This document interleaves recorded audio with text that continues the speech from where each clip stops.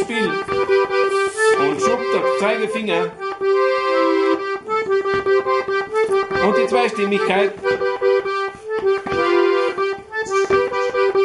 Und Krangel.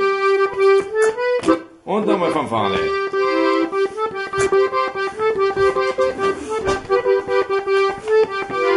So, nicht hängen bleiben.